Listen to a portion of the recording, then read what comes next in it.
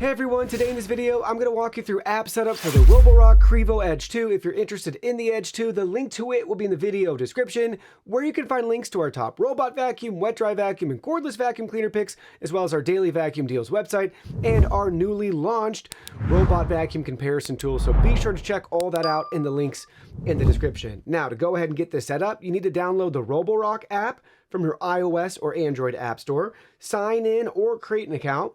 Once you do, and you're in your account, you'll be at the screen. We have multiple devices in our account. Yours should look blank, or if you already have an older Roborock model, then you might see a model or two in here. But what we need to do now is add our new device. Top right-hand corner, hit that plus icon.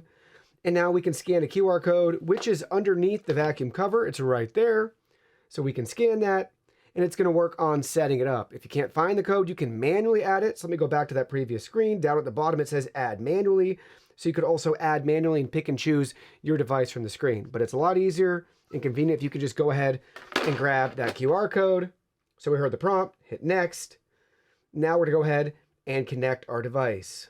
So we have our code scanned. Now on the screen, we need to press the power and dock buttons at the same time for 3 seconds. Resetting Wi-Fi. Resetting Wi-Fi voice prompt has been heard. Select next. Now we wait for the device to connect. Bluetooth pairing successful. Now we need to connect to our home Wi-Fi network. Make sure you're on a 2.4 gigahertz Wi-Fi network. Hit next. Connecting to Wi-Fi. Standby.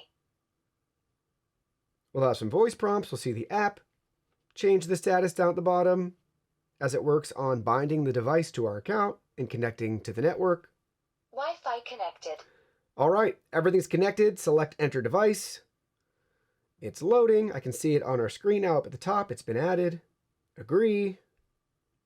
Now we have our quick start guide, some prep.